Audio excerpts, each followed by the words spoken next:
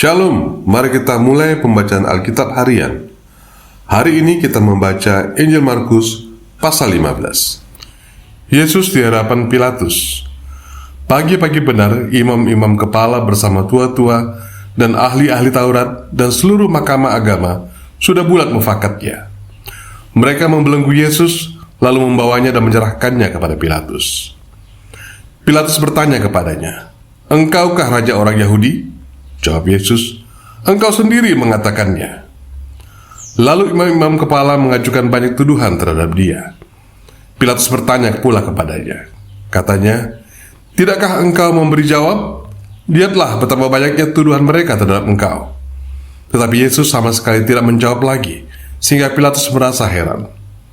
Telah menjadi kebiasaan untuk membebaskan satu orang hukuman pada setiap hari raya itu, menurut permintaan orang banyak.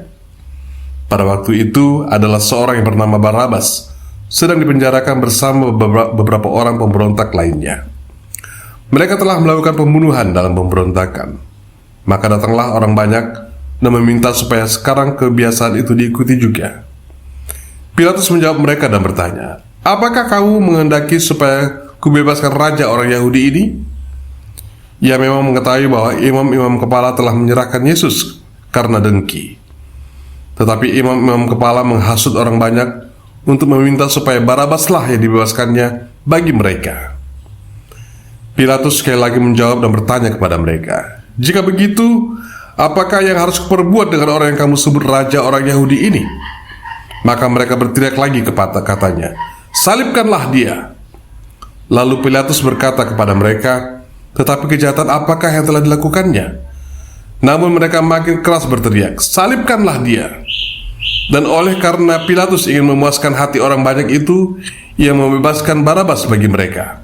Tetapi Yesus disesahnya, lalu diserahkannya untuk disalibkan. Yesus diolok-olokkan. Kemudian serdadu-serdadu membawa Yesus ke dalam istana, yaitu gedung pengadilan, dan memanggil seluruh pasukan berkumpul. Mereka mengenakan jubah ungu kepadanya, menganyam sebuah mahkota duri, dan menaruhnya di atas kepalanya. Kemudian mereka mulai memberi hormat kepadanya, katanya, "Salam, hai Raja orang Yahudi." Mereka memukul kepalanya dengan buluh dan meludahinya dan berlutut menyembahnya. Yesus disalibkan. Sesudah mengolok-olokkan dia, mereka menanggalkan jubah ungu itu daripadanya dan mengenakan pula pakaiannya kepadanya. Kemudian Yesus dibawa keluar untuk disalibkan. Pada waktu itu, lewat seorang yang bernama Simon, orang Kirene, ayah Alexander dan Rufus, yang baru datang dari luar kota, dan orang itu mereka paksa untuk memikul salib Yesus. Mereka membawa Yesus ke tempat yang bernama Golgota, yang berarti tempat tengkorak. Lalu mereka memberi anggur bercampur mur kepadanya, tetapi ia menolaknya. Kemudian mereka menyalibkan dia, lalu mereka membagi pakaiannya dengan membuang undi atasnya untuk menentukan bagian masing-masing. Hari jam 9 ketika ia disalibkan, dan alasan mengapa ia dihukum disebut pada tulisan terpampang di situ, Raja orang Yahudi. Bersama dengan dia disalibkan dua orang penyamun, seorang di sebelah kanannya dan seorang di sebelah kirinya.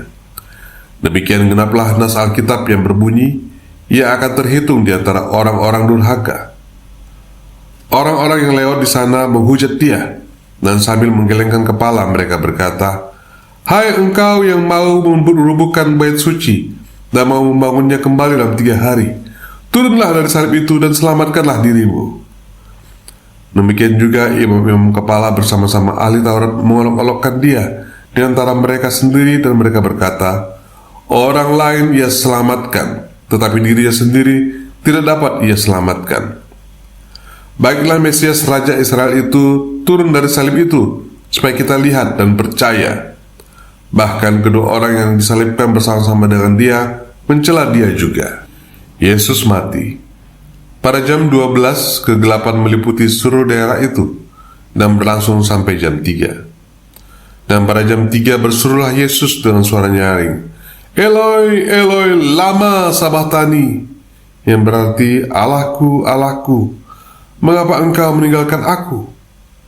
Mendengar itu, beberapa orang yang berdiri di situ berkata, Lihat, ia memanggil Elia." Maka datanglah seorang dengan bunga karang, mencelupkannya ke dalam anggur asam, lalu mencucukkannya pada sebatang buluh, dan memberi Yesus minum serta berkata, "Baiklah, kita tunggu dan melihat apakah Elia datang untuk menurunkan dia." Lalu berserulah Yesus dengan suara nyaring dan menyerahkan nyawanya. Ketika itu tabir bait suci terbelah dua, dari atas sampai ke bawah. Waktu kepala pasukan yang berdiri berhadapan dengan dia melihat matinya demikian, berkatalah ia, "Sungguh, orang ini adalah Anak Allah."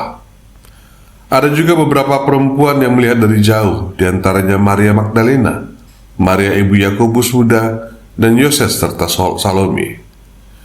Mereka semua telah mengikuti Yesus dan melayaninya waktu ia di Galilea. Dan ada juga di situ banyak perempuan lain yang telah datang ke Yerusalem bersama-sama dengan Yesus. Yesus dikuburkan. Sementara itu hari mulai malam, dan hari itu adalah hari persiapan, yaitu hari menjelang Sabat. Karena itu Yusuf, orang Arimatea, seorang anggota majelis besar yang terkemuka, yang juga menanti-nantikan kerajaan Allah, memberanikan diri menghadap Pilatus dan meminta mayat Yesus. Pilatus heran waktu mendengar bahwa Yesus sudah mati. Maka ia memanggil kepala pasukan dan bertanya kepadanya, "Apakah Yesus sudah mati?" Sesudah didengarnya keterangan kepala pasukan, ia berkenan memberikan mayat itu kepada Yusuf. Yusuf pun membeli kain lenan, kemudian ia menurunkan mayat Yesus dari salib dan mengapaninya dengan kain lenan itu. Lalu ia membaringkan dia di dalam kubur yang digali di dalam bukit batu, kemudian digulingkannya sebuah batu ke pintu kubur itu. Maria Magdalena dan Maria ibu Yoses melihat di mana Yesus dibaringkan. Tuhan Yesus, terima kasih untuk firman-Mu hari ini. Tolong kami menyimpan firman-Mu di dalam hati dan mempraktikkannya dalam hidup kami. Di dalam nama Tuhan Yesus, kami berdoa. Amin. Terima kasih sudah meluangkan waktu untuk mendengarkan firman Tuhan hari ini. Kiranya firman ini menjadi terang dan kekuatan. Sampai jumpa besok.